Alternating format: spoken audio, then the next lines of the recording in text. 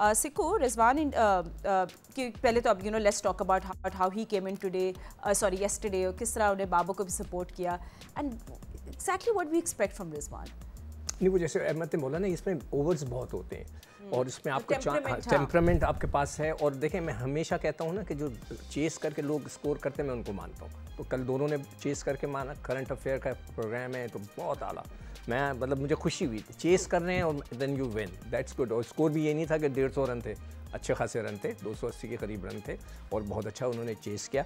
दो चीज़ें तो पहले मैं इस मैच की बात करूँ। नंबर 1 कि हमें लगता है कि हमें पिच रीड करने नहीं आती। हम एक्स्ट्रा स्पिनर क्यों खिला रहे हैं? मुझे ऐसा लग रहा है बार बार ये नज़ला जो है इब्रार पे क्यों गिराया जा रहा है। कहीं ऐसा तो नहीं कि जो कोच हैं वो किसी लेग स्पिनर के इंतज़ार में हैं कि उनकी जगह बनी रहे। तो भाई आप 2 स्पिनर खिला लें। मगर मुझे जो उनका मूड लगता है कि वो ऑलराउंडर्स पे बिलीव करते हैं। वो चाहते हैं कि 8वें नंबर पे भी एक बैट्समैन हो और ऑलराउंडर हो, तो फिर वो आ जाएगा शादाब और आपके पास नीचे एक बॉलर होगा, 2 आपके पास स्पिनर्स आ जाएंगे, 2 पेसर हो जाएंगे, आपकी टीम मुकम्मल हो जाती है। मगर कल भी जो है एक स्पिनर खेल सकता था, फैसल अकरम को खिला देते। हम नए बच्चों को सिर्फ जो है डेकोरेशन पीस के तौर पे समत को रखा था, T20 में बगैर खिलाए फारिग कर दिया था। मैच है मे बी। हाँ, और उसके बाद जो है वो मोहम्मद वसीम को 17 मैचों के बाद उनको खिलाया माशाल्लाह से।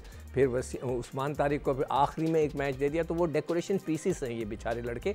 यही लड़के आपको देखिएगा कि वर्ल्ड कप में जाएंगे, इनके अलावा एक आधा चेंज होगी और उसके अलावा कुछ नहीं। मैं ये समझता हूँ कि इसलिए कि रिजवान का एक्सपीरियंस है 106 मैचेस का, 3,500 रन का है, उसको आप डालें T20 में, उसकी जगह बनाएं। आपके पास जो आगा की जगह है उसकी जगह वो अंदर एडजस्ट हो सकता है और आगा नीचे आ जाए।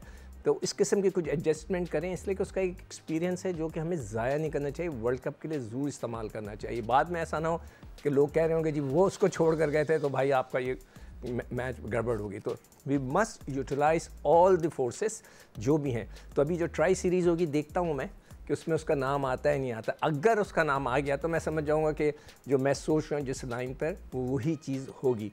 तो देखते हैं कि कल होता है नहीं होता। और जो फास्ट बॉलिंग की आपने बात की, कल बहुत ही पैथेटिक बॉलिंग की है दोनों ने नए गेंद से। अगर आपके पास लेफ्ट हैंडर खेल रहा है तो एक अच्छे बॉलर की निशानी यही होती है कि अगर गेंद पड़ के आपके अंदर आ रहा है लेफ्ट हैंडर को तो आप आउटसाइड ऑफ स्टंप पे आ जाएं। ये तो क्वालिटी होती है बॉलर की। और क्या होती है, बॉलर का काम ही यही होता है कि अगर कोई गेंद इधर पड़ के बाहर जा रही है तो उसको ऑफ साइड से अंदर लेकर आए ना। तो ये उसकी क्वालिटी होती है। लाके उधर गेंद करते तो वो गेंद वहाँ से अंदर आता या वहीं से बाहर निकल जाता, एंगल बन जाता। मगर वो नहीं कर सके। तो आई एम वेरी बहुत ज़्यादा मैं डिसअपॉइंटेड हूँ नसीम शाह से, इसलिए कि उनकी बॉलिंग में वो बात ही नहीं नज़र आ रही, वो क्वालिटी नज़र नहीं आ रही। जो कैरेबियन लीग खेल कर आए थे तो बहुत इंप्रूवमेंट आ गई थी। I am very sorry. मुझे तो वो ओवरऑल हाँ बिल्कुल उनकी बॉलिंग कर बिल्कुल वो देखिए हमारे पास चॉइसेस है ना, वसीम भी मौजूद है, नीचे हारिस भी है, आपके पास शाहीन भी है।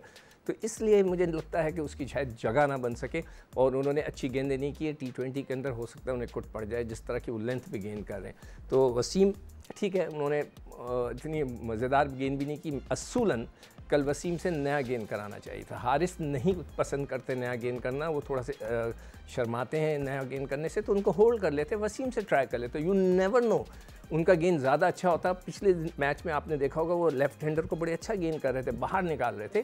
तो हाँ, तो वो चीज़ हो जाती तो हमें एक अच्छा नया बॉल का बॉलर मिल जाता। हमें पता तो चले कि हमारे पास जो बॉलर्स हैं किस ऑप्शन में।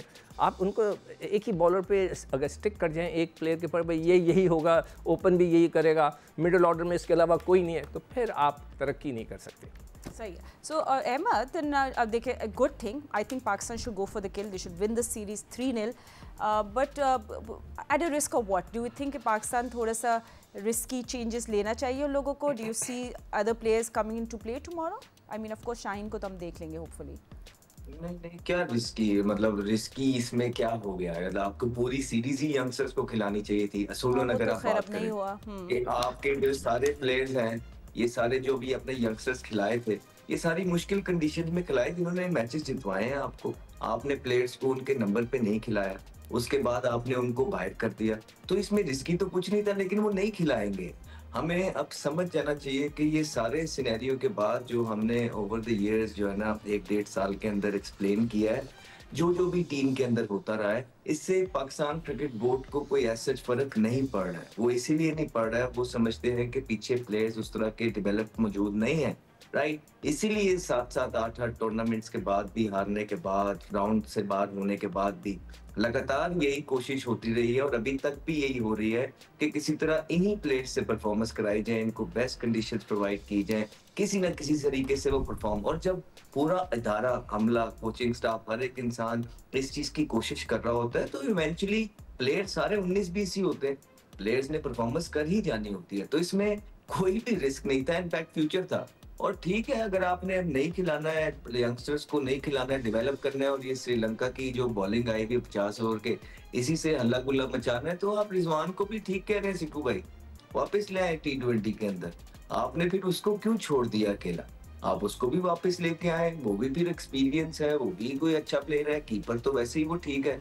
तो फिर जरूरत नहीं है आपको किसी यंगस्टर्स की तरफ जाने की। अगर होती तो अभी तक बहुत ज्यादा हमें चीजें नजर आ गई होती, लेकिन अभी तक जो चीजें या जो प्लानिंग नजर आ रही है वो यही नजर आ रही है कि इन्हीं प्लेयर्स के साथ जो है 9 इवेंट खेलने भी पाकिस्तान जरूर चाहेगा। And all we can do is just wish them all the best, क्योंकि हमारा काम हम जबरदस्ती नहीं कर सकते। हमारा काम होता है जो नजर आए वो बताते रहना। हमने 1-1.5 साल इस पूरी कौम और अवाम को सारी चीजें हकीकत बताई है और हम इतना ही कर सकते हैं। और अभी आने वाले मैच के अंदर भी जो हमारे सामने प्रोड्यूस होगा हम उस पर तज्जिया कर देंगे। पिछला मैच गुजरा, पाकिस्तान जीता, बहुत जबरदस्त जीता। हाँ जी, श्रीलंका की ओडीआई साइड बिल्कुल एक माठी सी साइड लग रही है। आप सनत जसूरिया का देखें, आप उनकी बॉलिंग देखें, ना मलिंगा, ना लकमल, ना हैरत, ना मतलब कि ये वो श्रीलंका की साइड है जिनके पास ओडीआई के अंदर एक लेफ्ट आर्म स्पिनर नहीं है जिसको वो खिला लें। मतलब ये एक नॉर्मल ट्रेट होती है कि आप 50 ओवरों की टीम लेके आते हैं, उसके अंदर आपके पास लेफ्ट आर्म फिंगर स्पिनर मौजूद होता है। इधर श्रीलंका के पास एक लेफ्ट आर्म स्पिनर मौजूद नहीं है इनके पूरे स्क्वाड के अंदर, सो यू कैन इमेजिन। और फिर श्रीलंका के ये हालात थे कि वो खुद सर्कल के अंदर बॉलिंग करने आ गया, जो कि कभी कभार बॉलिंग करते होते हैं। फिर उनके जो मेन बॉलर थे उनकी इतनी पिटाई हुई जिसके बाद उसको अपने नॉन रेगुलर बॉलर लेके आने पड़े नीचे, और गीले बॉल के साथ फ्लैट पिच के पास नॉन रेगुलर बॉलर, जहां सिंगल रुक नहीं रहा और सिंगल ही चाहिए था। जिस तरह राशिद भाई ने कहा कि पहले 10 ओवरों के अंदर काम तमाम हो गया हुआ था, रन रेट कंट्रोल में आ गया हुआ था, उसके बाद आपको क्या चाहिए था? सिंगल। वो उनके पास कोई इस तरह का बॉलर नहीं था। रोके हसरंगा एक है, लेकिन उसको भी कोई ऐसी हेल्प नहीं मिली, उसकी कमर में भी दर्द हो रहा था, बाहर गया वापस आया।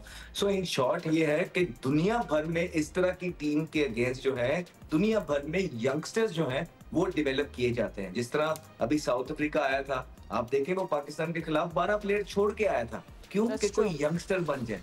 इसी तरह आइडियली अगर आप मुझसे पूछेंगे तो मैं तो यंगस्टर्स खिलाता कि डेवलपमेंट हो जाए। हाँ, अगर कोई बड़ी सीरीज आती है तो अपने सीनियर प्लेयर्स बिल्कुल लेके आता, क्योंकि बस उनके पास तजर्बा मौजूद है। लेकिन ये छोटे बच्चे होते हैं जिनको आप डेवलप करते हैं इस तरह की सीरीज में, जो कि पाकिस्तान बिल्कुल मूड में भी नहीं है, ना ही वो करना चाहता है। बड़ी वजूहात हैं, अगर आप उनकी तरफ से भी सुनेंगे, पीसीबी की तरफ से, वो कहेंगे जी स्पॉन्सरशिप है, वो कहेंगे जी फैन फॉलोइंग है, वो कहेंगे जी 10 साल की इन्वेस्टमेंट है, वो कहेंगे जी फ्रेंचाइज क्रिकेट के मालकान है, तो वो उन पे भी बड़े प्रेशर है। तो ये सारे केओस से बचना भी पीसीबी ने था और किया भी पीसीबी ने है। सो आप वो जो कर रहे हैं हमने उसको एक तो बैक करना है और ऊपर से परफॉर्मेंस डे बाय डे हम जो है अपना बताते रहेंगे कि ये किया है।